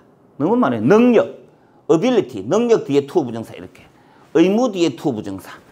권리 뒤에 투부정사 이렇게 외우기도 하죠. 그래서 그 명사에 대해서 우리 책에 좀 정리를 해놨고, 이걸 하면 또 문제를 좀 많이 풀어봐야 돼요. 자, 이런 문제를 풀 때, 이게 이 부분을 투부정사의 형사용법을 간접적으로 물어보는 문제구나. 그렇게 여러분이 이해를 하면 됩니다. 그렇게 해서 그런 식으로 투부정사의 형사용법을 간접적으로 좀 물어보기도 해요. 물어보고. 다음에 지금 우리가 형사구를 하고 있었죠. 전사다기 명사가 망원경을 가진 소녀, 지금 망원경을 가진 소녀. 명사를 꾸미니까 형사, 전사다기 명사가 형사로 쓴 케이스도 망원경을 가진 소녀. 앞에 있는 명사를 꾸민 겁니다. 다음에 현재분사. 형사구에는 투부정사, 형사용법, 전사다기 명사, 현재분사, 과거분사가 있으니까 현재분사 이렇게 개를 죽이는 남자 이렇게 넌 탐이다 이렇게 되는 겁니다. 얘가 동사고 얘가 보고, 얘는 킬링 어독은 뭡니까? 더맨을 꾸미죠. 이때 이 킬링 자리에 갈로를 친다는 거죠. 킬링 자리에 갈로를 하는 겁니다. 그러면은 이 킬링 자리에 갈로를 했을 때, 자, ing가 명사로 쓰면은 동명사고, ing가 형용사로 쓰면은 현재 분사죠. 그러면 ing 우리가 한번 더 찾아가 보겠습니다. 동명사 한번 찾아가 보죠. 동명사를 찾아가서 이때 이 허를 동명사의 목적어라고 하지 않았습니까? 마찬가지로 그럼 여기서 어독은 무엇이라고 불러야 될까요? 어독은 현재 분사의 목적어라고 부릅니다. 현재 분사의 목적어라고 불러요. 이때 킬링 자리에 갈로 할 확률이, 갈로 치는 문제가 나올 수 있는 겁니다. 충분히. 다음에 과거분사. 이 킬드, 물론 우리 3단계나 세 번째 거 킬드 세 번째 게 마당에 죽임 당한 게 명사를 꾸밉니다. 명사를 꾸미니까 형사로 보는 거죠. 형사로 바로 직접 꾸미면 죽임 당한 게, 요 과거분사 뒤에는 뒤에 명사가 나오지 않습니다. 그래서 얘하고 구분이 되죠. 자, 킬링하고 킬드하고 구분이 됩니다. 그런데 우리가 3단변화 킬드 이렇게 하는데 이 킬드가 그 동사의 과거형도 킬드고 과거분사도 킬드잖아요. 단어가 똑같잖아요. 얘가 세 번째 거 과거분사가인지 아니면 킬의 과거형 킬드 두 번째 거 동사 킬드인지는 어떻게 구분하느냐 이 말입니다. 동사 킬든지 과거분사 킬든지 어떻게 구분하냐는 거죠. 왜냐하면 동사 킬드와 과거분사 킬드가 생이가끔 둘 다 킬드거든. 킬드니까 킬드거든요. 어떻게 구분하느냐. 일단 물론 뒤에 동사가 있으니까 얘는 동사가 아니다. 그래서 형사다. 더덕을 꾸민다. 이렇게 해도 되는 거죠. 이렇게 해도 되는 거지만 그래도 직독직결을 한다면은 뒤에까지 안 보고 그러면 뒤에 동사를 본다면 뒤로 갔다가 다시 돌아와야 되잖아요. 얘만 보고 바로 얘는 동사가 아니다. 두 번째 킬드, 즉 동사의 과거형이 아니고 세 번째 킬드, 즉 과거분사 형사다. 이걸 어떻게 할 수 있냐 이 말입니다. 그걸 어떻게 하냐면 이런 거예요. 이 킬드가 만약에 동사의 과거형 킬드라면 뒤에 반드시 뭐가 나와야 됩니까? 반드시 목적어가 나와야 되는 거죠. 왜? 킬드가 타동사니까. 킬드가 타동사거든. 킬드 타동사니까 이게 만약 동사라면 뒤에 목적어가 바로 나와야 되겠죠. 전사가 나오면 안 되죠. 명사가 나와야 되죠. 근데 이 킬드 뒤에 왜 명사가 안 나왔습니까? 목적어가 왜 안 나왔습니까? 이 킬드가 동사가 아니니까. 이 킬드가 동사가 아니라는 거지. 과거 분사라는 거지. 형사라는 거지, 형사. 그러니까 뒤에 목적어 나올 일이 없겠죠. 그거 보고 킬드 뒤에 목적 없는 거 보고 바로 이렇게 형사 이렇게 바로 가는 거예요. 그래서 또 그렇게도 할 수 있고. 그러니까 이런 문제가 이때 이저 자리에 갈로 친다든지 이저의 수일치를 물으면 더덕이 주고 3인칭 단수니까 여기 이저가 나와야 되죠. 여기다 아가 나오면 안 된다는 겁니다. 얘는 동사가 아닌 거예요. 동사는 얘에 있는 거예요. 자, 이런 수일치를 물어본다든지 그럼 킬드 자리에 갈로, 이저 자리에 갈로, 밑줄, 이 자리에 밑줄 이렇게 끌 수 있는 거예요. 자, 이 부분 시험에 진짜 엄청나게 많이 나오는 부분이죠. 많이 나오는 부분이라는 거. 자, 그래서 이걸 이해를 하고 여러분들이 저는 이거는 몇 번 읽어보는 데서 그치고 결국은 문법을 익히는 거는 문제풀이에서 익혀지는 겁니다. 끊임없이 문제를 풀어야 됩니다. 문제를 상상을 초월할 정도로 문제를 풀어야 되는 거예요. 그래서 제가 낸 5시간 영문법이라든지 문법을 좀 간략하게 하고 여기서도 좀 간략하게 일이 나가고 이런 걸 자꾸 반복하고 이러는 이유가 간략하게 문법 개념이 웬만큼 잡혔으면은 문제풀이를 하십시오. 문제를 푸십시오. 알겠죠? 근데 문제 푸는데 단어를 너무 모른다. 그러면 또 곤란해. 그럼 또 단어를 좀 따로 좀 어느 정도는 외우세요. 그리고 최대한 빨리 문제풀이로 들어가는 겁니다. 문제를 풀다 보면은 이 설명을 내가 왜 했는지를 알 거예요. 또 문제를 풀다 보면은 이 책을 한 번 더 읽어야 되겠다. 이 책을 한 번 더 읽어야 되겠다. 이 유튜브 동영상을 한 번 더 봐야 되겠다. 그 느낌이 분명히 들 겁니다. 그때 한 번 더 봤을 때 정말 이해가 가는 거예요. 제가 여기서 아무리 설명을 계속해도 완벽하게 몸에 와닿지는 않을 겁니다. 그래서 저는 토익 강사나 그 공무원 영어 강사를 하면서 제가 주로 담당한 부분이 문제풀이. 쉽게 말해 저는 문제풀이 강사였어요. 이론보다는 문제풀이 강사인데 왜 문제풀이 강사를 하는 걸 좋아했냐면은 이론이 너무 한계가 있는 거예요. 이론 가지고는 문제에 적용이 안 돼. 결국 적용하는 걸 가르쳐야 되니까 나는 문제풀이 강사로서 내 역할을 선호했습니다. 선호했고 결국 성분은 문제풀이에서 난다. 그래서 기본 문법책에서 너무 많은 시간을 낭비하지 말자. 그래서 5시간 영문법 정도를 보고 단어를 좀 외우고 문제풀이에 가고 그 문제를 풀다가 문제가 될 때 다시 한번 5시간 영문법을 보고 5시간 영문법으로 커버 안 되는 부분은 종합문법책을 한번 보자. 자, 이 방법을 제가 가장 선호하는 겁니다. 자, 어쨌든 이렇게 하고 그다음에 이제 형사구를 했고 형사절을 이야기를 해야 되겠죠. 형사절이 위에 있었어요. 형사절 제일 어려운 부분이죠. 제일 어려운 부분이고 형용사절을 이끄는 접사에는 관계대명사와 관계부사가 있다. 이 부분인데 이 부분이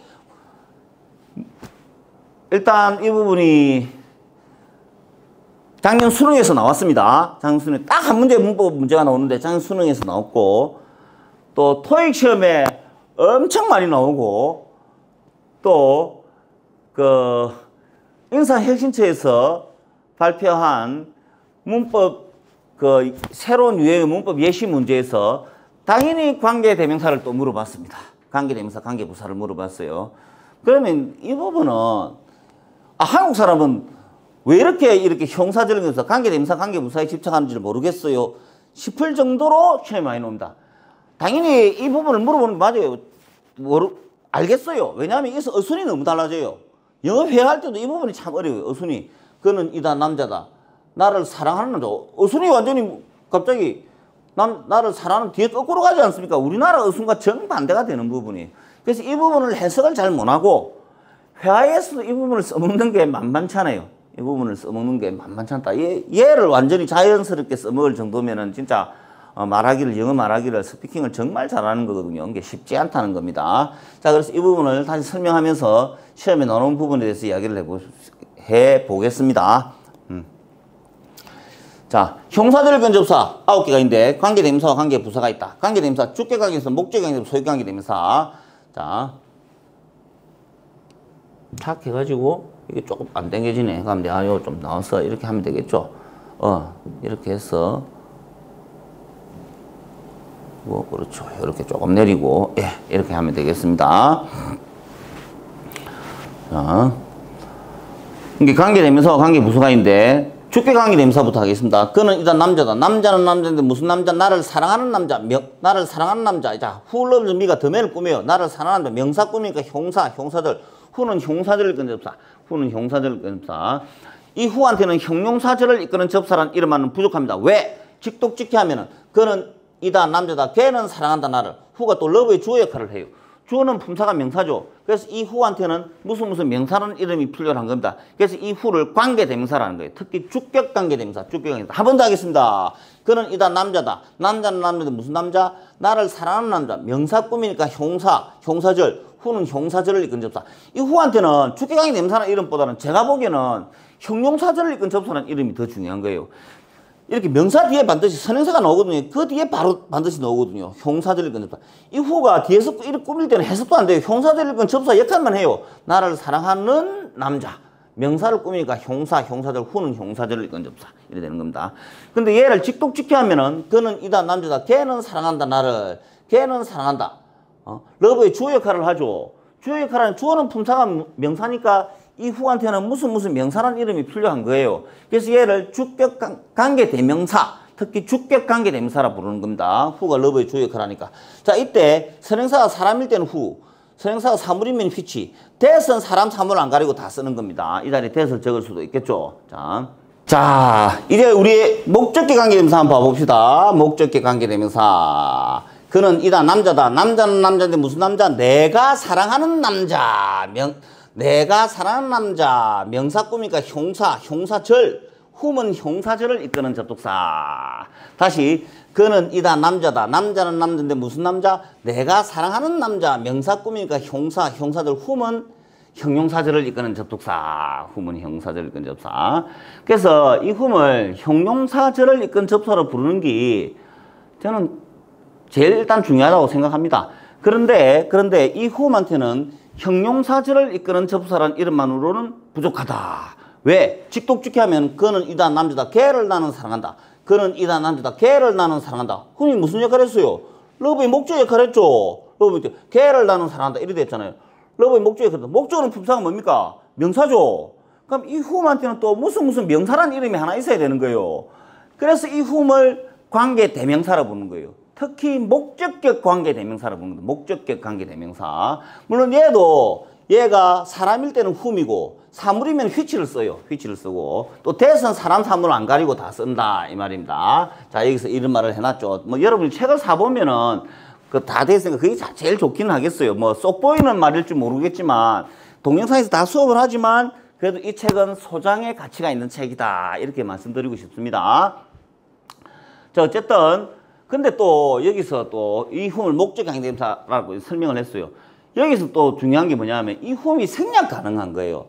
생략 가능한 거예요. 생략을 더 했다 합시다. 그 왜 생략을 하느냐? 생략을 해도 이 자리에 목적격 관계대명사가 들어갔다는 거는 자명하다는 겁니다. 미국 사람 입장에서는. 왜 자명하느냐? 보십시오. He is the man 했어요. 문장형을 했는데 마침표가 없이 주어 동사가 나와버렸어요. 근데 이 동사는 또 타동사다. 근데 또 목적 없어요. 그렇다면 자 보세요. 일단 명사가 나왔는데 그 뒤에 문장이 나왔는데 그 뒤에 마침표 없이 주어 동사가 나왔다는 이야기는 일단은 이 자리에 접속사가 생략됐다는 것은 짐작할 수 있는 겁니다. 접속사 중에서도 형용사절을 이끈 접속사가 생략됐다고 또 짐작을 할 수 있는 거예요. 왜? 바로 앞에 명사가 있으니까. 다음에 형사절을 이끈 접속사 중에서도 목적격 관계대명사가 생략됐다는 건 또 어떻게 하냐면 러브의 목적어 없거든. 러브의 목적어 없거든. 그래서 이 자리에 목적격 관계대명사가 생략됐다는 걸 알 수 있는 겁니다. 알 수 있는 거죠. 그래서 이 잘 생략을 한다는 겁니다. 자, 그 다음에 자 소유격 그는 이다 남자다. 남자는 남자인데 무슨 남자? 걔의 집이 타버린 남자다. 명사 꾸미니까 형사, 형사절. 후주는 형사절을 근접사. 후주는 형사절을 근접사. 한 번 더. 그는 이다 남자다. 남자는 남자인데 무슨 남자? 걔의 집이 타버린 남자. 명사 꾸미니까 형사, 형사절. 후주는 형용사절을 이끄는 접속사. 형사절을 이끄는 접사. 그런데 그는 형사절을 이끄는 접사. 그런데 이 후주한테는 형사절을 이끄는 접사라는 이런 말은 또 부족해요. 왜? 이걸 또 직독직해 하면 그는 이다 남자다. 걔의 집은 타버렸다. 그는 이다 남자다. 걔의 집, 그러니까 걔의 집, 소유격 역할을 하거든. 걔의 소유격 역할을 하니까 소유격 관계대명사 이렇게 부르는 겁니다. 그러니까 소유격 관계대명사에 또 갈로치는 문제 토익 시험에도 너무 많이 나오고 공무원 시험에 너무 많이 나오고 이번 수능에도 나올 수 있는 거예요. 이번 수능에도 나올 수 있고 밑줄 끊는 문제라든지 나올 수 있는 겁니다. 어렵죠, 소유격 관계대명사가. 근데 이 소유격 관계대명사 그래서 설명을 좀 더 할 건데 엄밀히 따졌을 때 이 후주한테 비록 소유격 관계대명사라 이름을 통상적으로 하지만 엄밀히 따지자면 후주를 관계대명사라고 부를 수 없다. 엄밀히 따지자면. 엄밀히 따지자면 후주를 관계대명사라고 부를 수 없다. 왜? 형사절을 이끈 접사는 맞아요. 얘가 분명히 형사절이에요. 걔의 집이 타버린 남자. 명사 꾸미니까 형사, 형사, 후주는 형사절을 이끈 접사. 맞습니다. 그렇지만 관계대명사라는 말은 왜 못 붙이냐면은 직접적게 해볼게요. 그는 이다 남자다. 걔의 집은 타버렸다. 그는 이다 남자다. 걔의 집은 타버렸다. 후주가 명사 역할을 하는 게 아닌 거예요. 그래서 관계대명사라는 이름을 못 붙이는, 엄밀히 따지면 못 붙이는 거예요. 명사는 하우스가 명사죠. 그는 이다 남자다. 걔의 집은 타버렸다. 하우스가 명사잖아. 후주는 명사가 아니잖아요. 후주는 명사가 아닌데. 따지자면 얘는 형사입니다. 그는 이다 남자다. 걔의 집, 명사 꾸미니까 형사죠. 형사입니다. 형사 역할을 했다는 거예요. 형사 역할. 그래서 얘를 관계 형용사라고 부르는 사람도 있습니다. 나는 그 말이 더 맞다고 봐요. 관계 형사. 그러면은 관계 대명사, 관계 형용사, 관계 부사요. 딱 맞아 떨어집니다. 이 세상의 모든 언어는 명사, 동사, 형사, 부사로 이루어진다. 그래서 딱 맞아 떨어지는 거예요. 그래서 얘를 관계 형사라고 부르는 게 더 나은데 왜 소유격 관계 대명사라고 부르는지 모르는 바는 아닙니다. 그래서 거기에 대해서 더 이상 설명을 하지 않고 어쨌든 관계 형사라고도 부를 수 있다. 형사 역할을 하죠. 그리고 후주 뒤에는 완전한 문장이 나온다. 후주 뒤에는 후주가 명사절을 이끌 때도 완전한 문장이 나왔거든요. 자, 힘들지만 앞으로 한번 가볼까요? 후주가 명사절을 이끌 때. 자, 우리가 알고 있으니까 후주가 명사절을 이끌 때. 그렇죠.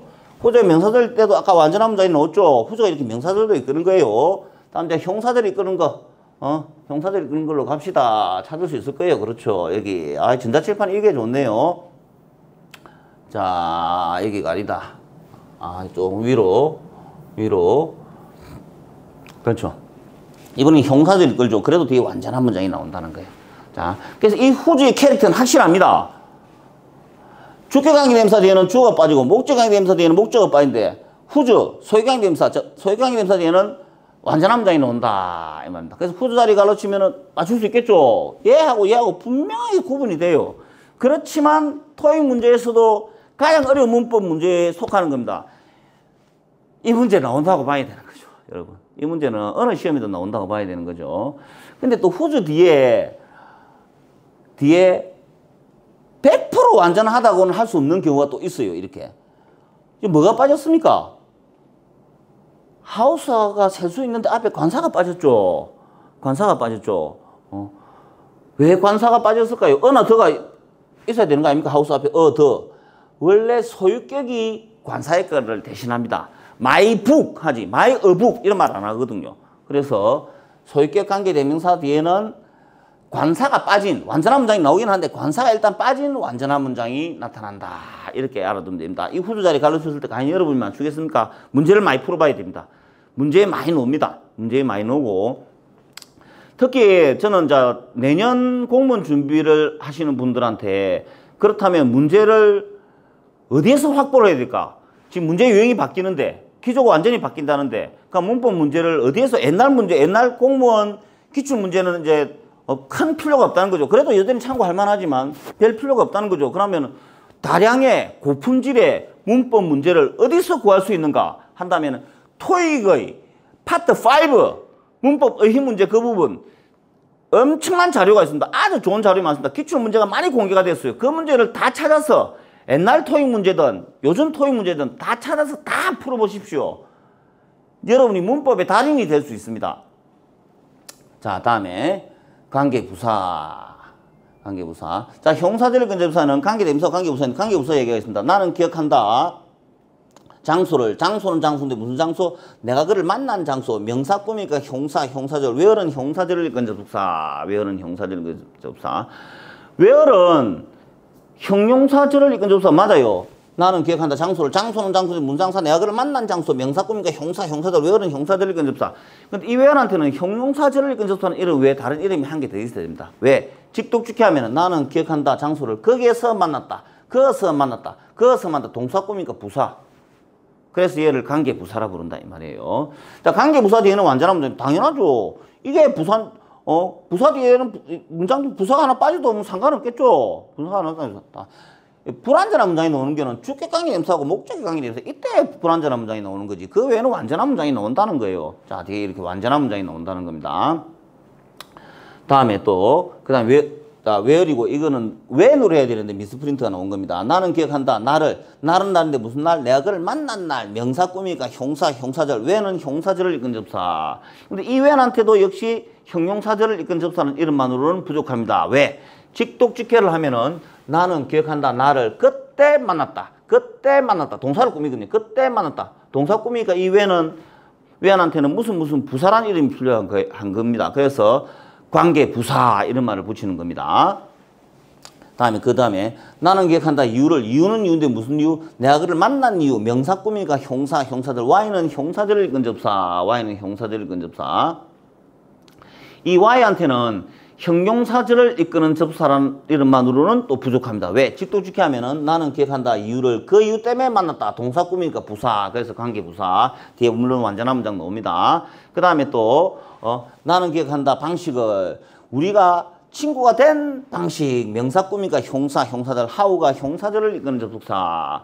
이 하우한테도 역시 형용사절을 이끄는 접사라는 이름만으로는 부족합니다. 왜? 직독주기 하면 나는 기억한다. 방식을 그 방식대로 만났다. 동사를 꾸미니까 부사죠. 그래서 얘를 관계부사 이렇게 하는 겁니다. 자, 여기서 사실 관계부사 where, when, why, how 다 생략 가능합니다. how는 거의 항상 생략해요. 그러니까 where, when, why는 생략해도 되고 안 해도 되는 건데 how는 거의 의무적으로 생략한다. 또 이것들 다 뒤에 where, when, why, how를 다 대수를 바꿔 적어도 됩니다. 대수를 바꿔 적어도 돼요. 왜 대수를 바꿔 적고 생략해도 되냐면 장소 뒤에 where, 때 뒤에 when, 이유 뒤에 why, 방식 뒤에 how 너무 빤하다는 거라. 얘를 생략하더라도 이 where은 이게 이 자리 생략했다 하더라도 이 자리 관계부사 where이 들어갈 자리라는 거 어떻게 합니까? 명사 뒤에 일단 나왔으니까 형사절을 이끈 접사가 나와야 될 거고 특히 장소 뒤에 왔어요.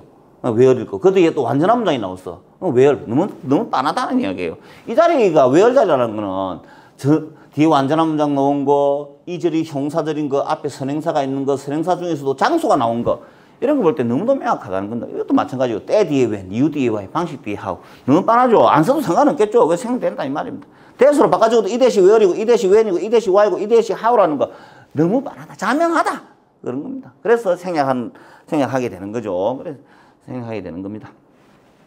자, 다음에 또, 자, 이제 우리가 이제 형사를 끝내고 부사로 들어가게 됩니다. 자, 부사는 동사, 형사, 부사를 수식한다. 이렇게 행복하게 살았다. 동사 꾸민가 부사. 매우 행복하게 살았다. 부사 꾸민가 부사. 매우 행복하게 형사 꾸민가 부사. 이랬죠. 근데 부사구가 있다. 부사구가. 부사구도 딱 4개 있습니다. 부사구에는 토부정사의 부사용법, 전사면서 현재분사, 과거분사가 있는데, 이걸 많이 보는 거죠. 형사구에서 봤다. 이 말입니다. 형사구에서 봤다. 이 말입니다. 똑같은 토분사, 전사면서 현재분사, 과거분사가 형사구로도 쓰고, 부사구로도 쓴다는 거죠. 영어를 공부하기 위해서 샀다. 동사 꾸미니까 부사, 토분사의 부사용법. 전사다의 명사. 망원경을 가지고 보았다. 동사 꾸미니까 부사. 전사다의 명사. 아까 지금은 부사로 썼다는 겁니다. 아까는 이걸 해석을 어떻게 했습니까? 망원경을 가진 소녀라고 했죠. 형사구로 쓴다면, 얘가 형사구로 쓴다면 망원경을 가진 소녀고, 얘가 부사구로 쓴다면 내가 망원경을 가지고 소녀를 보았다. 보았다. 동사로 보면 부사가 되는 겁니다. 이 부분이 어려운 겁니다. 이 부분이 문제가 되는 겁니다. 이 부분이. 그럼 이 전사다의 명사가 형사군지 부사군지 어떻게 구분하냐? 그 부분을 우리가 문법책, 저 5시간 연구 문법책에서 또 따로 시간을 내서 따로 장을 만들어서 설명을 했습니다. 우리가 제7장, 전사다의 명사 형사구인가 부사구인가 여기서 확실하게 정의를 해뒀어요. 그래서 꼭 읽어주시기 바라겠습니다. 자, 이게 뭐냐면은, 그리고 또 여기서 나온 방법 외에 구분하는 방법은 with 텔레스코프를 문장 앞에 보내면은 부사라는 게 좀 더 확실해요. 망원경을 가지고 with 텔레스코프하고 쉼표하고 I saw a girl 이라면은 망원경을 가지고 보았다 이렇게 확실히 되겠죠. 그래 부사는 되도록이면 문장 앞에 보내주는 게 좋은 거예요. 투부사 이것도 문장 앞에 보내면은 부사적 용법은 앞에 보내는 게 좋은 거예요. To study English, I bought a book 이렇게 하면은 더 의미가 더 편안하게 이해가 가는 거예요. 자. 그래서 앞에 있는 앞으로 나온 경우가 시험에 더 잘 나오는 거죠. 토익에서는. 다음에 현재 분사, 이거는 앞으로 아예 꺼내놨어. 물론 얘를 뒤로 보낼 수도 있어요. 얘를 충분히 뒤로 보낼 수 있습니다. 뒤로 보내고. 심지어 이 부사는, 얘는 문장 앞에 해도 되고, 문장 뒤에도 되지만, 주어 동사 사이에, 이 사이에 컴마 하고 들어갈 수도 있는 겁니다. 자, 이번에는 좀 앞으로 보내서. 앞으로 보내니까 훨씬 더 편안하죠. 개를 죽인 후에 처벌당했다. 이 동사 쪽을 꾸미니까 부사. 그 현재 분사가 부사를 쓸 때 특히 분사구문이라 하는 거예요. 분사구문을 하는 거예요. 그러니까 ing가 명사로 쓰면 동명사, ing가 형사로 쓰면 현재 분사, ing가 부사로 쓰면 분사구문, 현재 분사로 해도 되지만 그래도 분사구문 이렇게 해주면 또 확실하게 구분이 되죠. 다음에 과거분사 이것도 역시 kill, killed, killed 할 때 세 번째가 과거분사가 수동태 만들 때도 쓰고 형사로도 쓰지만 이렇게 부사로도 쓴다는 겁니다. 그럼 해석은 죽임 당한 후에 이렇게 죽임 당한 후에 마땅히 죽임 당한 후에 천국에 갔다. 동사 꾸미니까 부사.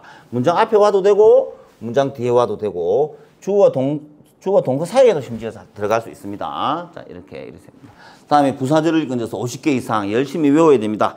특히 우리 책의 12장에 부사절을 건져서 50개 이상을 다 정리를 해놨습니다. 그래 그걸 보고 외우셔야 됩니다. 외우셔야 되고 여기서는 몇 가지만 이야기를 했죠.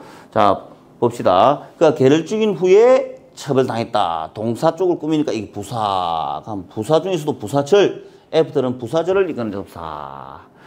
그가 여기 온다. 이것도 거기 온다면은 나는 갈 것이다. 자 이 문장의 주절은 이거거든요. 동사 쪽을 꾸미니까 이거는 부사절. 왜는 부사절을 이끄는 접사. 왜는 부사절을 이끄는 접사. 그런데 여기서 내가 가는 거는 미래고 미래라서 will, 조동사 will이 들어갔죠. 미래를 나타내는 거죠. 그러면 그가 올 때 가거든. 아직 오지 않았어요. 오지 않았는데 왜 여기에 현재형이 나왔습니까? 여기 현재형이 나왔을까요? 이거는 뭐냐면은 우리 문법에서 이런 말을 해요. 때와 조건을 이거 if 같은 건 조건이거든요. 뭐뭘 하면 이런 조건이죠. 때와 조건을 나타내는 부사절. 이 부사절이라는 거 방금 설명했죠. 부사절에서는 현재나 현재 완료형이 미래를 대신한다. 즉 미래형을 안 쓰고 현재나 현재 완료형을 이 자리에 쓴다. 이건 현재형을 썼죠. 쓴다. 그런 규칙이 있습니다. 근데 이게 나는 그렇게 중요한 문법이라고 생각을 안 해요. 조금 지엽적이라고 생각하는데 토익 시험에도 근데 나옵니다. 토익은 간접적으로 물어봐요. 간접적으로. 그렇게 중요하다고 생각 안 하기 때문에 간접적으로 물어보는데 어쨌든 토익 시험에도 많이 나오고 간접적으로 물어보고 공무원 시험에 많이 나옵니다. 그리고 공무원 예시 문제, 내년부터 나오는 기조가 바뀌는 공무원 문법 문제에서 예시로 때와 조건을 나타내는 부사절에서는 현재가 미래를 대신한다. 즉, 현재 아니면 현재 완료가 미래를 대신한다. 이게 나왔습니다. 그래서 우리가 알아둬야 되겠죠.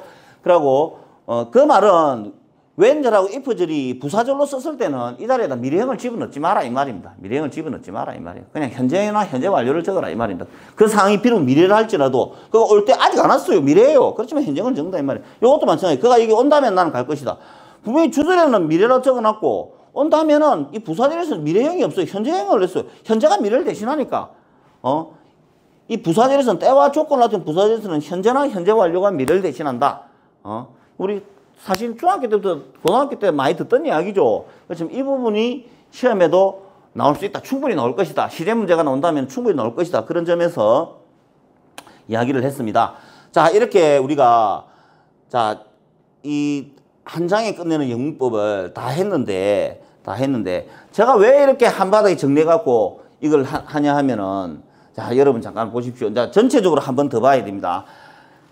그러고 이걸 여러 번 반복해서 한 면에 한 번씩 반복해서 볼 필요가 있는 거예요. 자, 그럼 여기서 이런 걸 한번 해봅시다. 자, 이 부분 명사절 근접사. 자,